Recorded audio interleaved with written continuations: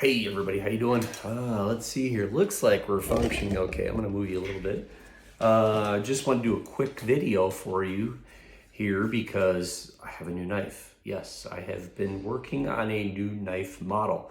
I actually ended up working on this knife with someone here near me, and I can't talk much about who he is or what the idea was behind the knife. But I just finished a prototype. Now there's gonna be some changes to this one, but I figured I would introduce you to the Yeti. There's a whole idea behind the name and stuff, but I can't talk about that yet. I just thought I was kind of eager to share this with y'all. I just pulled a knife out of the kiln back there. I got one glued up over here. I got a couple of camp knives here I'm working on. I actually got a homeless companion here dressed up in stabilized maple. I have a Forgotten Coast companion getting ready to get shaped up here. Here we go. It's all blocked up, ready to go. I gotta do that. And thank you to James for buying the other one and supporting myself and Forgotten Coast Canine. Appreciate that, buddy. But this one here, this is the Yeti. And as you see it now, for the most part, is what we're doing is like the prototype. But right now, Kydex sheath, Blade Tech lock on here. Really cool. I got a little case. I got some oils and smudges on here. I just sharpened it and everything. But this is the shape. Now, the production won't have jimping on it. I did this for myself. I was putzing around with some things. I managed to make the jimping look pretty good for myself, but not really 100% happy with it. So it's definitely not going to be production. And also, we got to make some changes with the length of the handle, the scales. But as you see it now, the lanyard hole will be a little bit smaller in the production knife, but this is the shape of it. It is about 1 5/8 wide, and it's 9 7/8, just under 10 inches long, 3/16 D2 steel. There you can see that the jimping that I did on there. It's kind of neat looking little style there, but and what's nice about this is these scales are actually that rubber and G10 liner. Production knives won't be, well, production knife will have pretty much whatever I offer on my website, wood and micarta and such. If I have some of the GL Hansen and Son scales that you might want for something like this, that's great. I think this knife will be really good for someone that wants a law enforcement, military, a tactical style knife. Your fingers aren't too crunched in here, but they're snug enough. It's meant to have really good purchase. You get this curve right here that's really good. Like my dad says, boy, that would really hurt if you whack somebody with it. And it does, gives you exposure right there for a little knock. But a nice long slender blade. Scales are they'll be about a 1/4 inch or so thick on each side. But it's really meant to be like in kit. You know, you keep it in your kit, keep it on a fighting belt and such like that.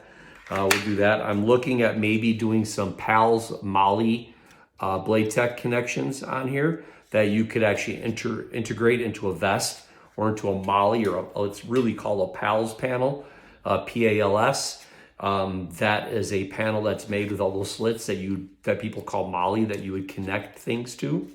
So I'm thinking about maybe doing something like that. If you did buy something with a tech lock and later wanted to do a PALS setup, you could, because the holes here would line up for that kind of situation. These are 3/4 of an inch apart, 1 3/4 I mean.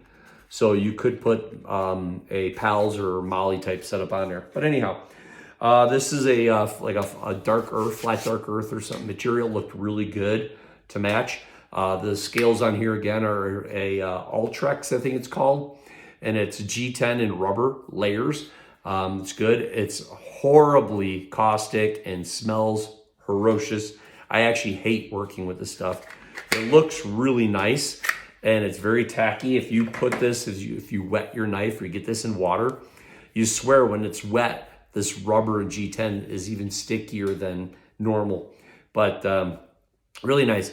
Not as expensive as micarta. Micarta is more expensive, but it's a much harder material, a much more durable material. So when thinking about that, you can go that route. Cocobolo, desert ironwood, Madagascar ebony, those 3 woods that are super hard, all well over the 3,000 Janka hardness. I think the rosewood or the desert ironwood's closer to 4,200 Janka hardness, which is a raw wood, not stabilized, but super dense and very hard. But to be more of a fighting, tactical, military, law enforcement style knife, definitely I think either this Ultrax, or the Ultrax or whatever it's called, or micarta would be the best two picks for you guys. But I will be putting pictures up later with some of it. I want to get 1 or 2 more made. I'm going to make one. This was mine. This is just, like I said, the prototype. I'm going to make at least one more. Probably do that in micarta and get that up on the website for photos, as well as something like this, and let it go from there. But I figured I'd let you guys know, and I do appreciate all the support. Keep an eye out more about the Yeti and what's going on there, as well as the companions, Forgotten Coast Canine companions. Like I said, you guys, $50 or every purchase of the knife goes to Forgotten Coast Canine. It's black. It's a companion knife that I designed with one of the guys over there, Tyler, one of my Marines. It has the Forgotten Coast Canine companion, their little logo, their paw with a compass. It will be laser engraved with their company logo, as well as black canvas micarta and green liners to match the logo in the paw and everything. So really good cause. It'd really be neat if you guys can jump out there. I did make some on the website available to purchase.